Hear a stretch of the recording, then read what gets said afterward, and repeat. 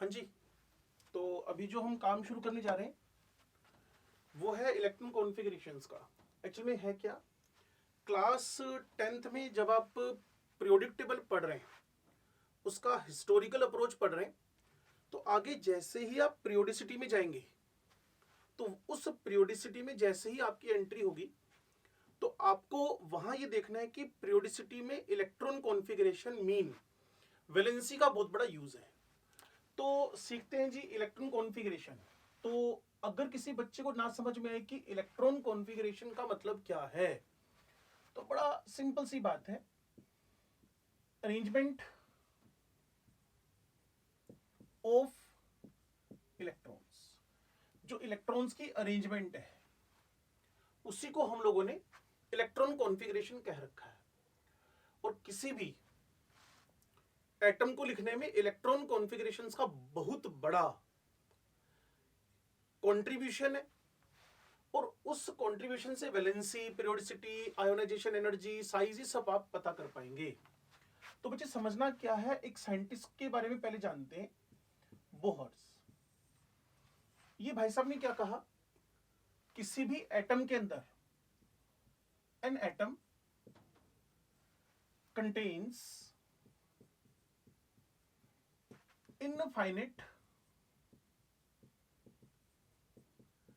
Number of shells. किसी atom के अंदर इनफाइनाइट नंबर ऑफ शेल्स होंगे, किसी भी एटम के अंदर इनफाइनाइट नंबर ऑफ शेल्स होंगे। अब किसी भी एटम के अंदर इनफाइनाइट नंबर ऑफ शेल्स होंगे, तो उस शेल को रिप्रेजेंट करने का तरीका shell is denoted by n, n small letter of the alphabets. और अब हमें समझना क्या है, किसी न्यूक्लियस के around infinite number of shells हमें बोहर ने बताए। किसी भी एटम में न्यूक्लियस के around infinite number of shells हमें बोहर ने बताए हैं। तो उन इनफाइनाइट नंबर ऑफ शेल्स को लिखकर देखा जाए, उन इनफाइनाइट नंबर ऑफ शेल्स को लिखकर देखा जाए। ये हमने न्यूक्लियस लिखा जी, ये हमने शेल्स लिखे, ये हमने शेल्स लिखे। ये सर्कुलर स्टेशनरी पाथ्स हैं, इनको के एल एम एन नाम दे दिया गया। तो n is equal to 1 2 3 4 5 infinite तक आप जाएंगे, एक से लेकर इनफाइनाइट तक आप जाएंगे। ठीक है जी। अब इनको हर नेम का नंबर और हर नंबर का नेम होगा। जैसे आपका नाम मनोज कुमार बंसल है, तो आपको एक रोल नंबर मिला रहेगा।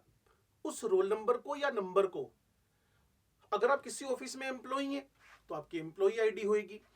अगर आप किसी स्कूल के अंदर स्टूडेंट है या कॉलेज के अंदर स्टूडेंट है तो आपका रोल नंबर होगा। तो हुआ क्या, हर नंबर का नेम है KLMNO इनफाइनाइट तक, हर नंबर का नेम है इनफाइनाइट तक। ठीक होगी बात। तो न्यूक्लियस के अराउंड KLMNO P से लेकर इनफाइनाइट तक नंबर ऑफ शेल्स है। Stationary, circular, stationary, circular paths, stationary circular path, जिनको आप बार बार एक वर्ड बोल रहे हो, ऑर्बिट या शेल, या इसी को हम लोग एनर्जी लेवल बोलते हैं। इसी को हम लोग शेल, ऑर्बिट या एनर्जी लेवल बोलते हैं। इतनी बात तो क्लियर हो गई आपको। अब सीखना क्या है, जैसे कि आपके पास ये शेल है, शेल के अंदर, ये बोहर को नहीं पता थी बात, उसके बाद धीरे धीरे जैसे जैसे सब्जेक्ट का इवोल्यूशन हुआ, जैसे जैसे सब्जेक्ट का इवोल्यूशन हुआ, वैसे वैसे शेल से हम सब शेल पे गए, सब शेल से हम ऑर्बिटल पे गए। तो हुआ क्या, नेक्स्ट जो डिस्कवरीज हुई, जो कि मैं स्ट्रक्चर ऑफ एटम पढ़ाते हुए आपको एग्जैक्टली जब आप मेरे से मिलोगे ऑफलाइन में, तो मैं आपको क्लास में स्ट्रक्चर ऑफ एटम में डिफरेंट एटॉमिक थ्योरीज बताऊंगा। तो अभी हम उसमें से एक इंपॉर्टेंट बात, जिससे आपकी क्लास 10 का जो वैलेंसी और आयोनाइजेशन एनर्जी वाला फैक्टर है वो इजीली डन हो जाए। तो हुआ क्या जी, ये जो शेल है बच्चे, ये जो ऑर्बिट है, ये जो एनर्जी लेवल है, इसके अंदर मुझे सब शेल्स मिलते हैं। जैसे आपका घर हुआ, उस घर के अंदर रूम्स हुए, उसके घर के अंदर रूम्स हुए, या फिर यूं मानो कि आपकी कोई सिटी हुई, आप किसी शहर में रहते हैं, उसके अंदर कॉलोनीज हुई, या फिर यूं मान लें जब आप किसी स्कूल के अंदर हैं तो उस स्कूल के अंदर क्लासेस हुई, तो शेल में सब शेल होएगा। हाउस में रूम्स होते हैं जैसे, सिटी में कॉलोनीज होती हैं जैसे, स्कूल में क्लासेस होती हैं जैसे, तो शेल के अंदर सब शेल है। अब मुझे बड़ी सिंपल सी बात का आप जवाब दें, अगर कभी भी मैं आपसे पूछूं सब शेल, ये जो सब शेल है ये शेल से बड़ा होएगा कि छोटा होएगा? सब शेल जो है वो शेल से बड़ा होएगा कि छोटा होएगा? तो आपको बड़ी सिंपल सी बात करनी है कि कमरे किसी भी घर के अंदर हमेशा छोटे ही होंगे, इवन बड़े भी नहीं हो सकते हैं। क्लियर ना? तो शेल की वैल्यू से सब शेल की वैल्यू डिफाइन होगी, शेल की वैल्यू से सब शेल की वैल्यू डिफाइन होगी। इसको लिखने का तरीका बच्चे क्या था? n था। इसको लिखने का तरीका क्या है जी? l है। इसको लिखने का तरीका n है, और सब शेल को लिखने का तरीका क्या है? l है। ठीक होगी बात? Shell sub shell, shell sub shell, shell में सब शेल, घर में कमरे, स्कूल में क्लासेस, सिटी में कॉलोनीज, जो आपको ठीक लगता हो।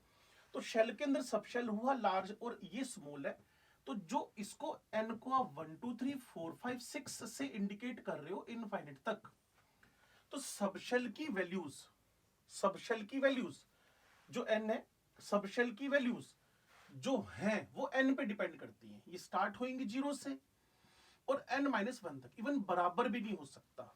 तो आप अगर मेरे साथ इस बात को सीखने में इंटरेस्टेड हैं तो यहां n लिखा गया, यहां l लिखते हैं जी, यहां 1 लिखा गया, तो भाई ये 0 से लेकर n-1 n तक के शेल के अंदर सिर्फ एक ही सब शेल है जिसको कि आप 0 नंबर दे रहे हो। हर नेम का कुछ ना कुछ नंबर जरूर होएगा, हर नेम का कुछ ना कुछ नंबर जरूर होएगा। नेम नंबर, नंबर नेम, ये एक दूसरे से एसोसिएटेड रहेंगे। के बाद एल, मेरे पास सब शेल आ गया जी। इस सब शेल के अंदर 0 और 1 दो सब शेल हो गए। अब हुआ क्या, जैसे ही थर्ड शेल की तरफ KLM की तरफ आते हो तो वहां 0 1 2 ये आपके पास फर्दर सब शेल्स हो गए। अब मेरी बात को ध्यान से सुनिएगा, शेल में सब शेल, सेल में सब, इस शेल में सब शेल, जो पहला शेल है उसमें एक ही सब शेल है, जो सेकंड शेल है उसमें 2 सब शेल्स हैं, जो तीसरा शेल है उसमें 3 सब शेल्स हैं।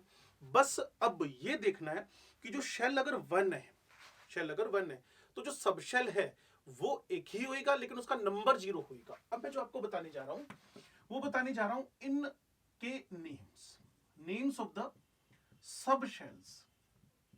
ये साइंटिस्ट जब स्पेक्ट्रम स्टडी कर रहे थे ना, तब उन्होंने ये वर्ड्स उठाए थे, मैं आपको इनका मतलब भी बता दूंगा। जब नंबर 0 हो तो उस सब शेल का नेम एस है, 0 वाले को तो एस बोल दिया गया है, 1 को आप पी बोलेंगे, ठीक है जी, 0 को एस बोल दिया गया है, 1 को पी बोलेंगे आप, और सेकंड जिसको आपने नंबर दिया वो डी आएगा। बच्चे कहेंगे सर अगर n की वैल्यू 4 हो, फोर्थ शेल लो, ठीक है जी, KLMN n, तो इसके अंदर सब शेल्स 0 1 2 3, इनके जो नेम होंगे S P D F, ये इनके नेम होने वाले हैं, ये इनके नेम होने वाले हैं। तो आपको इतनी बात तो दिमाग में आई कि अगर इलेक्ट्रॉन कॉन्फ़िगरेशंस फिल करने हैं तो सबसे पहले आपको शेल पकड़ना पड़ेगा, सब शेल उसके बाद का काम है। शेल से सब शेल आप किसी सिटी में एंटर करेंगे, देन आफ्टर किसी भी कॉलोनी में एंटर करेंगे। अब कॉलोनी में घर ढूंढोगे, एक और चीज पे आ जाए, किसी घर में एंटर करेंगे तो कमरे में जाएंगे, और कमरे हर एक में थोड़ी जाएंगे। जहां आपका फ्रेंड आपको पता है कि राइट हैंड साइड में पिछले कमरे में मेरा फ्रेंड है, तो अब उस कमरे में जाने वाले हैं। तो अब मुझे शेल से सब शेल से ऑर्बिटल पे आना है, शेल से सब शेल से ऑर्बिटल पे आना है। तो इतनी बात अगर आपको क्लियर हुई शेल सब शेल की, तो अब मैं आपको ऑर्बिटल के बारे में बताने वाला हूं। अब मैं आपको ऑर्बिटल के बारे में बताने वाला हूं। लो जी, तो आप इलेक्ट्रॉनिक अरेंजमेंट इजीली कर पाएंगे, इलेक्ट्रॉनिक अरेंजमेंट इजीली कर पाएंगे। छोटी सी बात मैं आपको बता दूं, शेल और सब शेल जब कलेक्टिवली लिखे जाएंगे,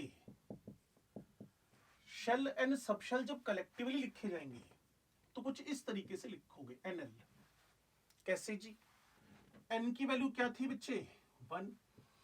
एल क्या था? 0, जिसका नेम क्या था? एस सब शेल। ठीक है जी। अब इन दोनों को कलेक्टिवली आपने क्या लिख दिया? 1s। फिर n इज इक्वल टू 2 लिख रहे हो, l इज इक्वल टू 0 1 2 लिख रहे हो, तो ये 2s 2p दो सब शेल्स हो गए। n इज इक्वल टू 3 हो गया, ये 0 1 2 हो गया, इसको 3s 3p 3d लिख दोगे। n इज इक्वल टू 4 लिख दिया, l इज इक्वल टू 0 1 2 3 लिख दिया, इसको 4s 4p 4d and 4f लिख दोगे।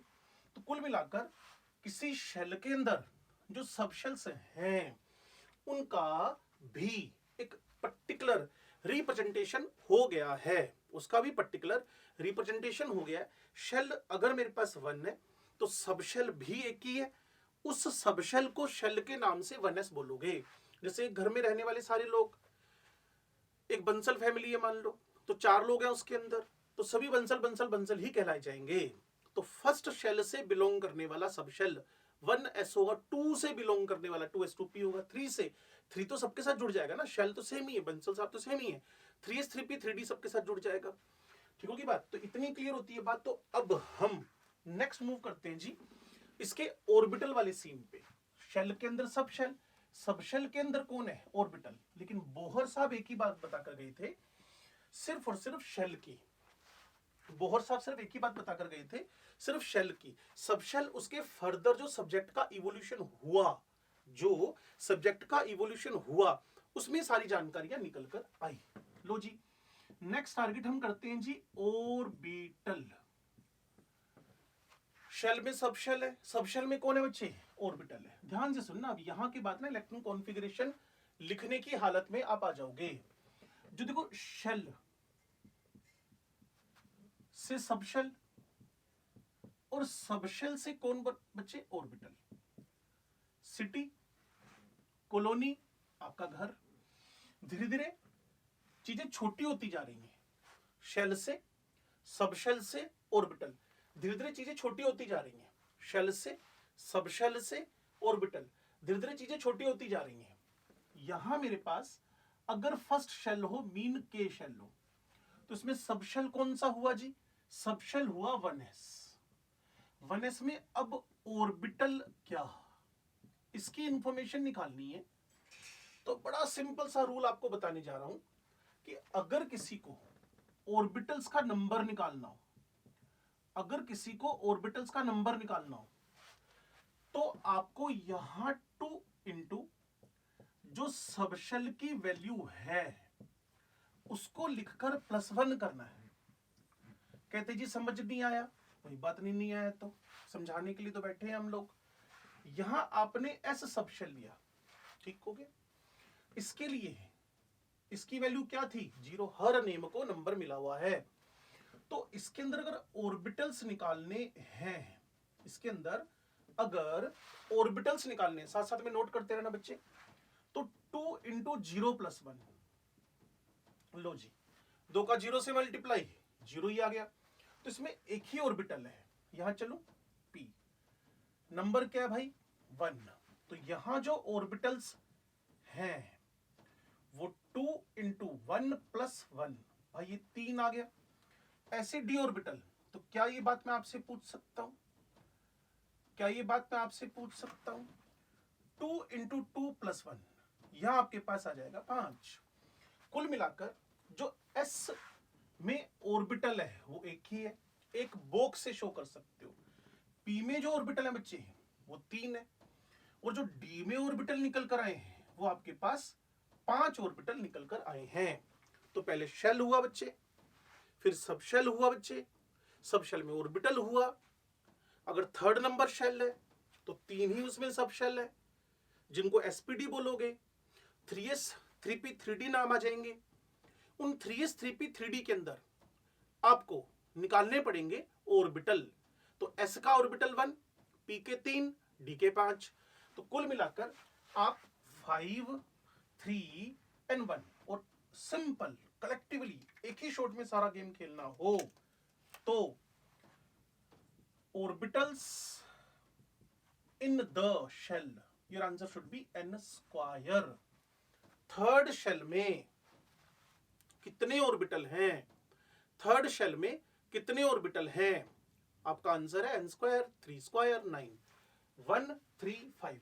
इन सब का सम आपके पास क्या हो जाएगा? 9। तो शेल से सब शेल, सब शेल से ऑर्बिटल, बड़ा सिंपल और स्मूथ टारगेट हमारे दिमाग में सेट हो गया। शेल से सब शेल से ऑर्बिटल, शेल से सब शेल से ऑर्बिटल, शेल से सब शेल से ऑर्बिटल। तो जो शेल है, जो आपके पास शेल है, वो जो भी हो फर्दर उसमें सब शेल्स होंगे, सब शेल्स के अंदर आपके पास ऑर्बिटल्स होंगे। तो एक बार जल्दी से वापस सीन बना लेते हैं सारा के सारा। मान लीजिए फर्स्ट शेल आपके पास है, ठीक है जी। सब शेल आपने कहा जी एक ही है, जिसका जो नंबर है वो तो 0 है, जिसका जो नेम है वो s है। इतनी बात क्लियर है। रिप्रेजेंटेशन कैसे करोगे? ठीक है जी, रिप्रेजेंटेशन कैसे करोगे? 1s से करेंगे जी। How many orbitals in the 1s sub shell? Your answer should be 1, denoted by single box.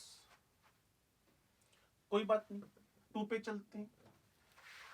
Second shell है जी, हाँ जी बिल्कुल है। हाउ मेनी सब शेल्स?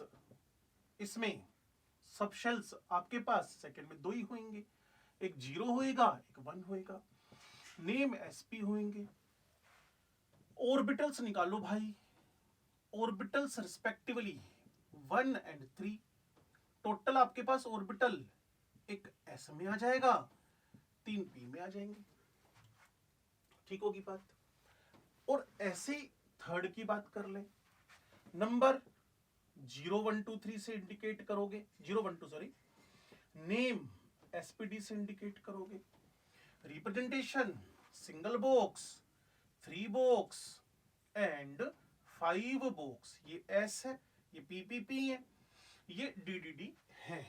तो कुल मिलाकर हो सकता है आपके दिमाग में हल्की फुल्की बात आई हो कि घर बड़ा है, कमरे छोटे, और कमरे के अंदर जो बेड लगा है उसके पार्ट्स हो सकते हैं, टुकड़े हो सकते हैं।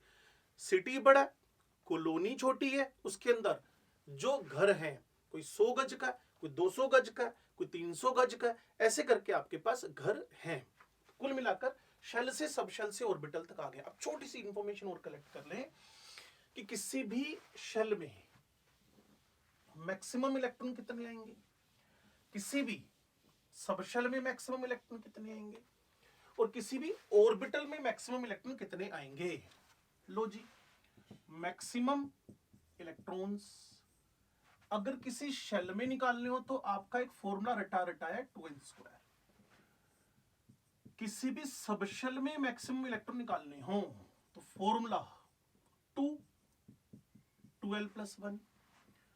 किसी भी ऑर्बिटल में अगर इलेक्ट्रॉन निकालने हो तो max electrons should be 2 with opposite spin. एक क्लॉकवाइज रोटेट कर रहा होगा, एक एंटी क्लॉकवाइज। तो शेल में 2n स्क्वायर, और सब शेल में सर ये क्या चीज है? ये सब शेल का डिनोट करने का तरीका है, सब शेल को डिनोट करने का तरीका है, सब शेल को डिनोट करने का तरीका है। ठीक होगी बात। तो शेल हो गया, सब शेल हो गया, ऑर्बिटल हो गया। इतनी बात आपको क्लियर होगी।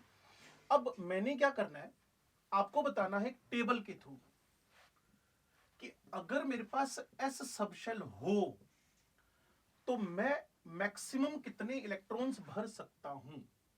सबशेल एस हुआ, पी हुआ, डी हुआ, एफ हुआ। इसके लिए नंबर क्या था 0 1 2 3। मैक्स इलेक्ट्रॉन कितने भर सकते हो, मैक्स इलेक्ट्रॉन कितने भर सकते हो। इसमें 2 भर सकते हो, इसमें 6 भर सकते हो, इसमें 10 भर सकते हो, इसमें 14 भर सकते हो। कैलकुलेशन आपको करनी है भाई, बस एल की जगह 0 0 0 पुट करते रहना, फिर 1 1 1 पुट करते रहना। तो 2 6 10 14 इलेक्ट्रॉन्स आप, अगर कोई पूछेगा how many electrons, maximum number of electrons, maximum number of electrons accommodated by S subshell 2 बोलोगे, पी सबशेल 6 बोलोगे, डी सबशेल 10 बोलोगे, एफ सबशेल 14 बोलोगे। तो ये सब जब आपने सीख लिया, अब उसको हमने अप्लाई करना है। किस पर अप्लाई करना है जी, ध्यान से सुनना और समझना। इलेक्ट्रॉन्स भरने, तो एक बोहर बरी स्कीम आती है आपके पास ना,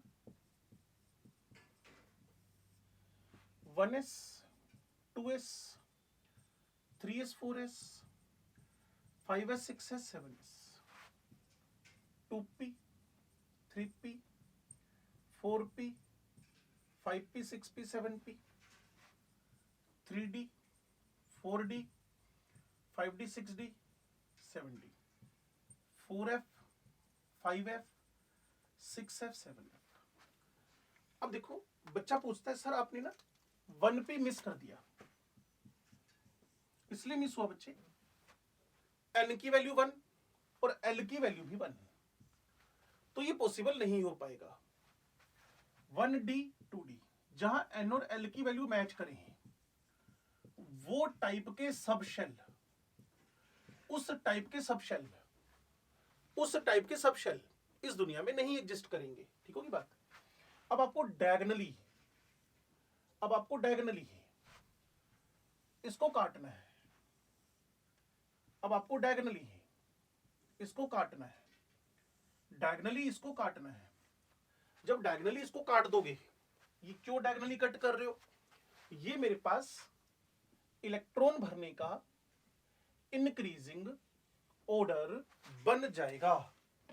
सबसे पहले मेरा इलेक्ट्रॉन 1s में एंट्री करेगा, उसके बाद नंबर लगेगा 2s का, जब इसमें भर गया तो 2p का, उसमें भर गया 3s का, उसमें भर गया 3p में, देन 4s का, देन 3d का, देन 4p का, देन 5p का। कुल मिलाकर यहां से स्टार्ट करना है।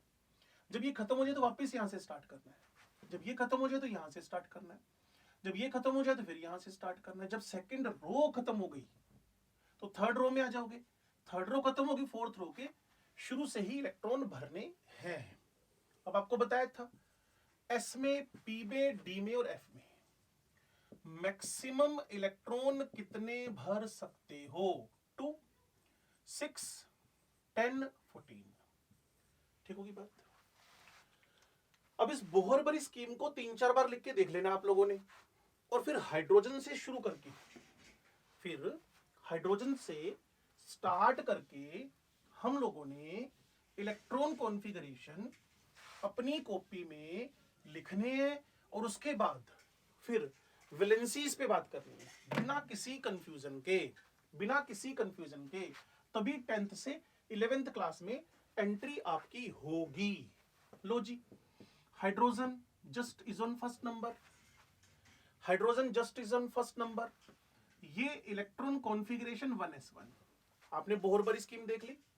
उस बोहर बरी स्कीम के अंदर आपने देखा कि पहला इलेक्ट्रॉन कहां एंटर कर रहा है, 1s में, और s की मैक्सिमम कैपेसिटी जो है वो 2 इलेक्ट्रॉन्स की है, तो 2 इलेक्ट्रॉन्स भर दो भाई इसके अंदर। हाँ, रिप्रेजेंट करने का तरीका, लाइक रिप्रेजेंट करने का तरीका, क्योंकि इसमें एक इलेक्ट्रॉन क्लॉकवाइज घूम रहा होता है और एक इलेक्ट्रॉन एंटी क्लॉकवाइज घूम रहा होता है। इसके पीछे का रीजन है मैग्नेटिज्म। जब भी कोई क्लॉकवाइज रोटेशन कर रहा होगा तो उसका उस टाइम का मैग्नेटिज्म जब एंटी क्लॉकवाइज रोटेशन कर रहा होगा, स्पिन कर रहा होगा, तब उस टाइम का जो मैग्नेटिज्म है वो एक दूसरे को रिपेल तो नहीं करेंगे एटलीस्ट, तो वो एक ऑर्बिटल में टिकने का सबसे बेस्ट तरीका हो जाएगा। लिथियम थर्ड नंबर पे आ रहा है, तो पुराना वाला तो भरोगी भरोगी, लिथियम तो इंडिपेंडेंट केस है ना, तो 1s12 देन 2s1, ठीक होगी बात। तो अब सोचो, जब आप अपनी 10th क्लास के हिसाब से कॉन्फ़िगरेशन लिखते हो तो क्या लिखते हो, 2 1 लिखते हो कि नहीं लिखते हो। 2 किसको बोला है, इस शेल को, 1 किसको बोला है, इस शेल को। सेकंड में एक सब शेल ही अभी तक भरा गया है। मान लो सोडियम की बात आप कर रहे हो, आप 10th क्लास पे हैं, मान लो आप सोडियम की बात कर रहे हो, और सोडियम का कॉन्फ़िगरेशन स्टार्ट यहां से करोगे, फिर कंटिन्यू करोगे, फिर कंटिन्यू करोगे, यहां तक आ जाओगे। शेल नंबर 1 है, शेल नंबर 2 है, शेल नंबर 3 है, ठीक है जी। इसमें 2 इलेक्ट्रॉन है, इसमें 8 इलेक्ट्रॉन है, इसमें 1 इलेक्ट्रॉन है। तो जब आप अपना 10th क्लास के लेवल पे इलेक्ट्रॉन कॉन्फ़िगरेशन लिखते हो तो क्या लिखते हो, 281 281। इसी से हम वैलेंसीज डिसाइड करेंगे, इसी से हम लोग आयोनाइजेशन एनर्जीज और साइज डिसाइड करेंगे। तो सारी चीजें मिला जुला कर आप इलेक्ट्रॉन कॉन्फ़िगरेशन पे अपना काम कर सकते हो, दिमाग लगा सकते हो। तो अब आप हाइड्रोजन से लेकर जिंक तक के सारे कॉन्फ़िगरेशन मुझे लिख के दे दोगे, सारे कॉन्फ़िगरेशन लिखकर मुझे दे दोगे। तो अगली क्लास में हम वैलेंसीज की बात कर लेंगे। अगर आपने इस इलेक्ट्रॉन कॉन्फ़िगरेशन को 5-5 बार लिखकर मुझे भेज दिया तो ठीक है जी। तो मिलते हैं अगली क्लास में, तब तक के लिए केमिस्ट्री वाले सर की तरफ से आपको बाय। सेफ रहिए, सुरक्षित रहिए और एनर्जी के साथ पढ़ते रहिए। Thank you.